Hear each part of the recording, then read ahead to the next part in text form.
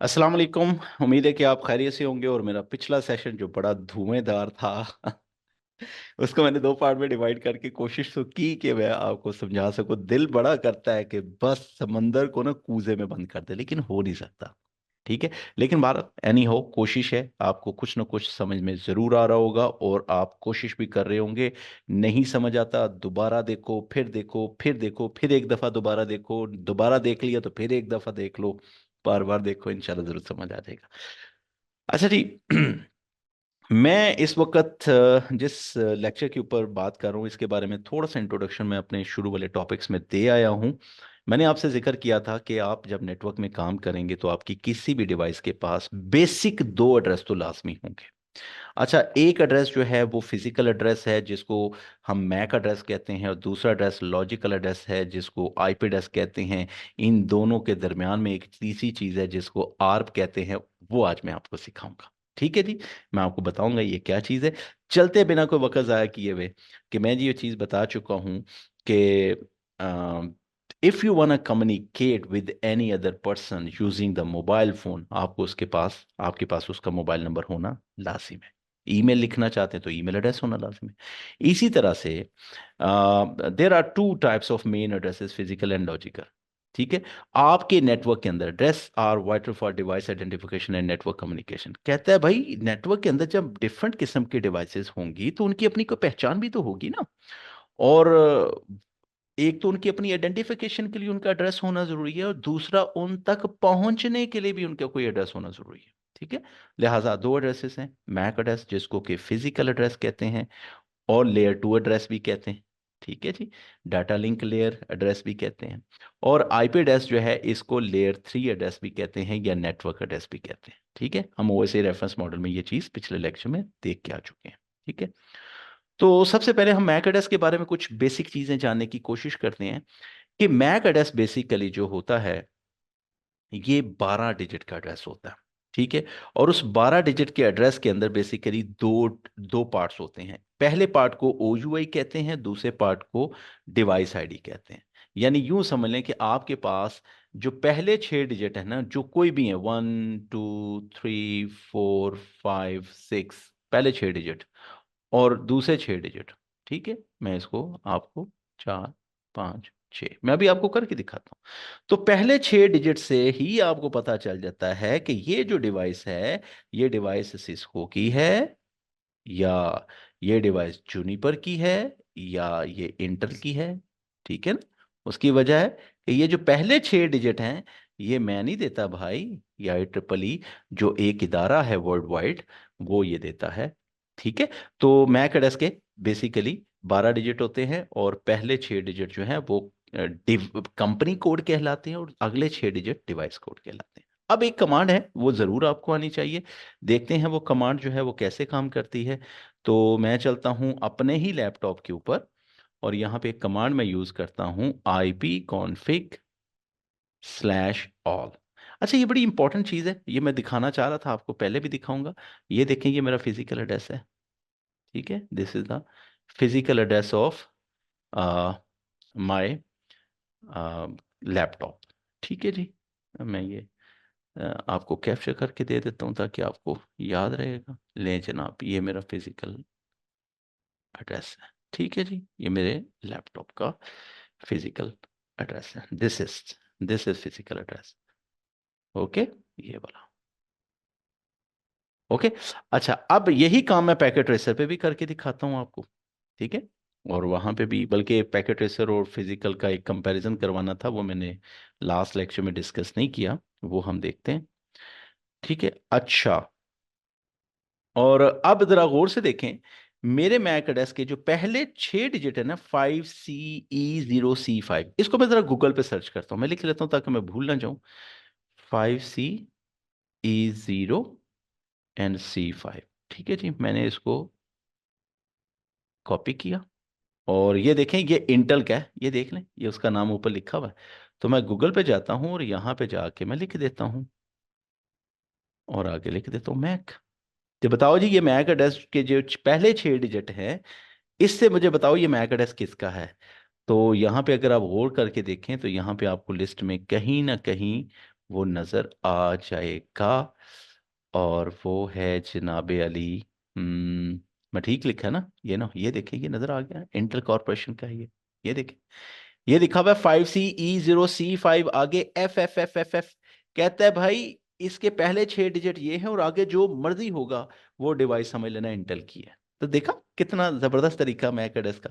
अच्छा, अगर packet race में ये लैब करनी है तो ये देखें, ये पीसी उठाया मैंने, यहां पे क्लिक किया और डेस्कटॉप पे गया और मैं कमांड प्रॉम्प्ट पे गया और मैंने यहां पे कमांड वही दी, IP config/all। ये मैं सिखाना चाह रहा था कि पैकेट रेसर में और फिजिकल में थोड़ा सा फर्क है। फिजिकल में स्पेस दें या ना दें कोई प्रॉब्लम नहीं, लेकिन पैकेट रेसर में आपको आईपी कॉन्फ़िग के बाद स्पेस देना पड़ेगी। तो ये वो कहता है कि जनाब, आपका ये जो कंप्यूटर है, इसके अंदर जो लैन कार्ड है, ये उस लैन कार्ड का मैक एड्रेस है। ये देखें, इस कंप्यूटर का मैक एड्रेस है ये, और ये 6 डिजिट का है। ये देखें, आप इसको राइट क्लिक कर लें और आप इसको कॉपी कर लें, यहाँ पे आप इसको, ये देखें, यहाँ पे आप इसको पेस्ट कर लें। ठीक हो गया। और अब हम करते हैं नेक्स्ट पॉइंट के ऊपर बात, कि मैक एड्रेस के बारे में हमने देख लिया वो कैसा होता है, नजर कैसा आता है। अब चलते हैं आईपी एड्रेस के बारे में बात करते हैं, कि वो एड्रेस जो हम खुद से कॉन्फ़िगर करेंगे। देखा ना हमने पैकेट ट्रेसर के अंदर देखा, ये मैंने जब कंप्यूटर पे क्लिक किया था तो मुझे कहीं पे भी नहीं लिखा कि इस कंप्यूटर को हमने अभी तक कोई आईपी एड्रेस, कोई सबनेट मास्क, कोई डिफॉल्ट गेटवे नहीं असाइन किया। ठीक है। तो अब हम पढ़ते हैं कि अगर किसी कंप्यूटर को आईपी एड्रेस असाइन करना है तो हमें पता तो हो कि आईपी एड्रेस की बेसिक्स क्या है। तो जनाबे अली, सबसे पहले आईपी एड्रेस जो है उसके 4 खाने होंगे। ठीक है, 4 ब्लॉक्स होंगे, 1, 2, 3, 4, और एक खाने को दूसरे खाने से डॉट की मदद से लदा किया होगा। आपकी तवज्जो सबसे पहले खाने पे होनी चाहिए। क्यों? क्योंकि आईपी जो है, IP वर्जन 4 जो है, उसकी सबसे पहले जो इंपॉर्टेंट चीज है ना आपके लिए, वो ये है कि आप ये पहचानने के काबिल हो जाएं कि ये किस क्लास का आईपी एड्रेस है। तो अगर तो आपको पहले खाने में वैल्यू 1 से लेके 126 तक कुछ भी नजर आए, कुछ भी पहले खाने में, तो समझ जाना वो क्लास ए है। और अगर पहले खाने में वैल्यू 128 से लेके 128, 129, 130 यानी 191 तक पहले खाने में कुछ भी नजर आ जाए तो समझ जाना वो क्लास बी है। और अगर पहले खाने में वैल्यू 192 से लेके 223 तक नजर आ जाए तो समझ जाना वो क्लास सी है। सबसे पहले आपके लिए इंपॉर्टेंट चीज है कि आपको पता होना चाहिए कि IP वर्जन 4 की 3 मेन क्लासेस हैं और वो पहचाननी कैसे हैं। ओके। अब चलते हैं नेक्स्ट पॉइंट के ऊपर।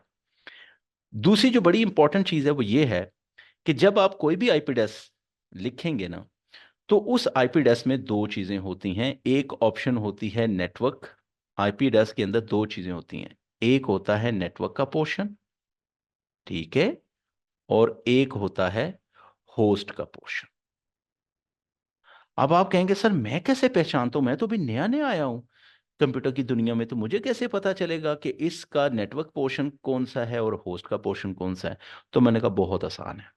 आपको अभी मैंने बताया कि अगर आपने ये देखा कि क्लास ए है, क्लास, सबसे पहले आप क्लास पहचाने। अगर क्लास ए है तो क्लास ए के अंदर एक पोर्शन नेटवर्क का होता है। हमेशा याद रखना, यहां पे मैं आपको ये यहां पे बताता भी हूं, ए यहां पे, ठीक है। तो क्लास ए के अंदर, हमेशा याद रखिएगा, क्लास ए के अंदर एक पोर्शन नेटवर्क का होगा और 3 पोर्शन होस्ट के होंगे।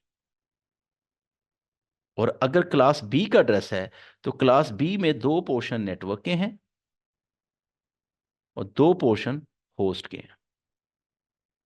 और क्लास सी का एड्रेस है तो 3 पोर्शन नेटवर्क के हैं और 1 पोर्शन होस्ट का है। यूं समझे। अब आपसे मैं कोई सवाल पूछता हूं, ऐसी कौन सी क्लास है जिसका नेटवर्क का पोर्शन सबसे छोटा है? तो जवाब है क्लास ए।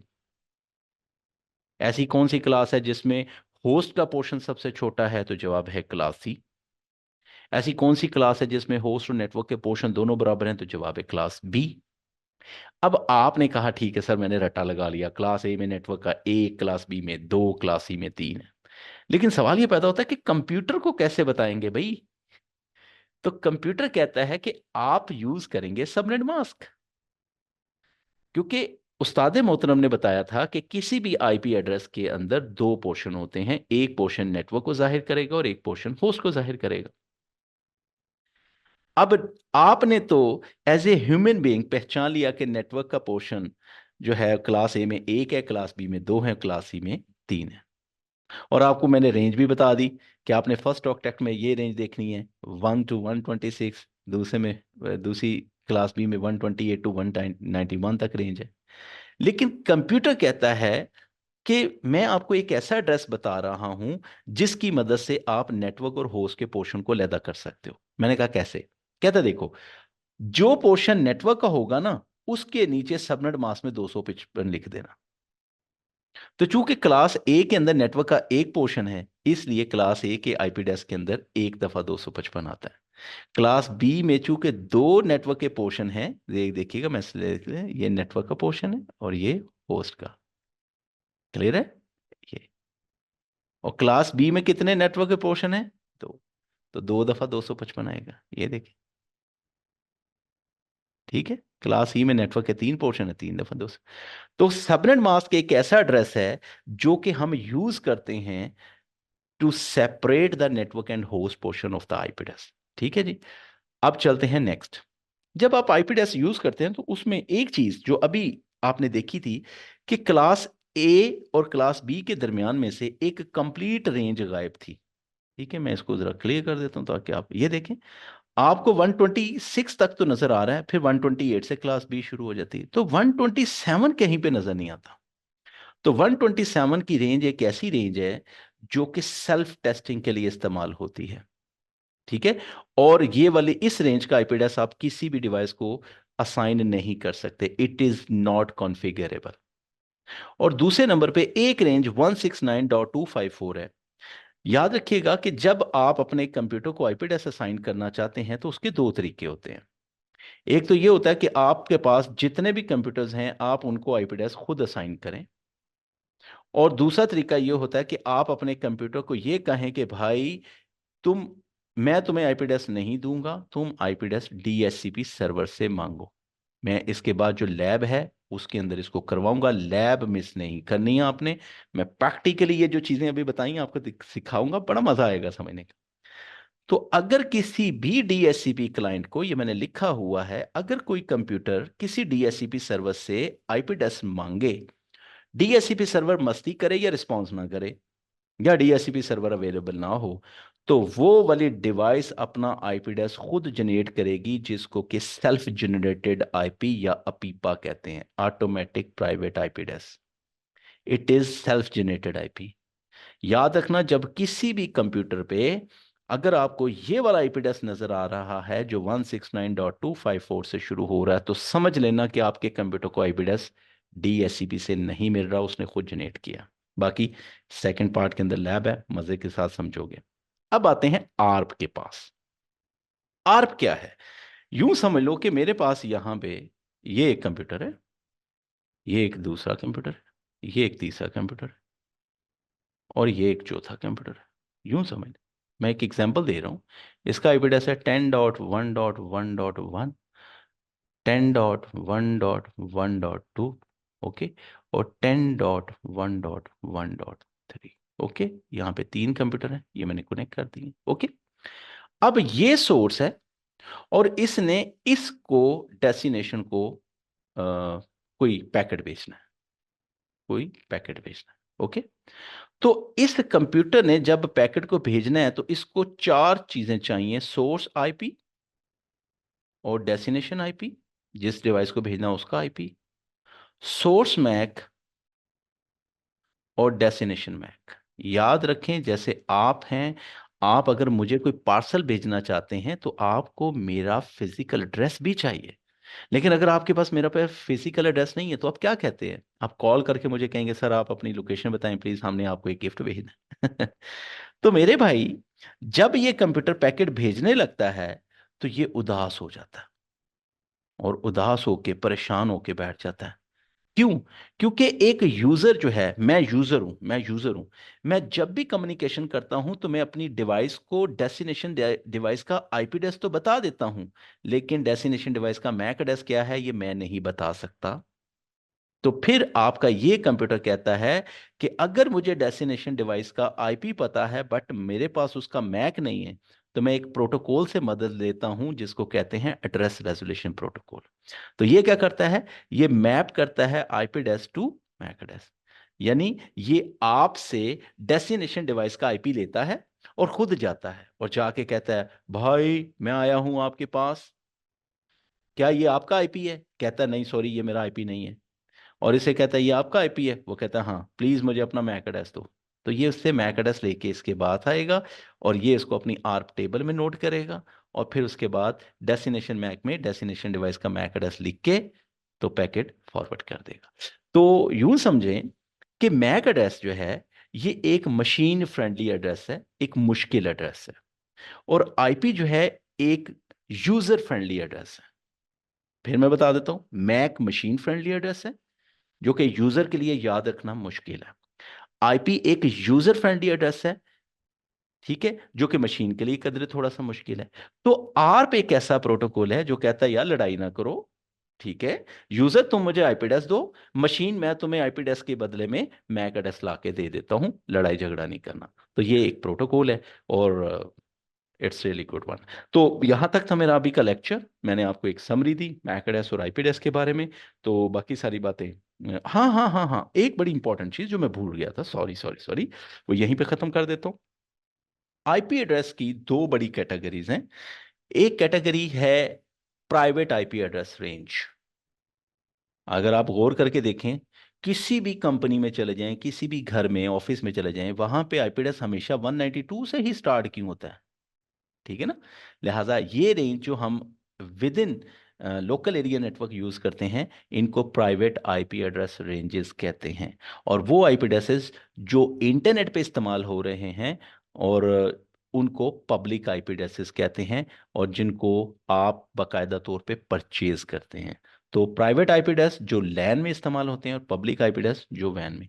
बाकी अगर कोई चीज़ रह गई है तो इसके सेकंड पार्ट में जब मैं लैब करवाऊंगा तो इंशाल्लाह वो क्लियर कर दूंगा। अपना ख्याल रखें, दुआ में याद रखिएगा। अल्लाह हाफिज़।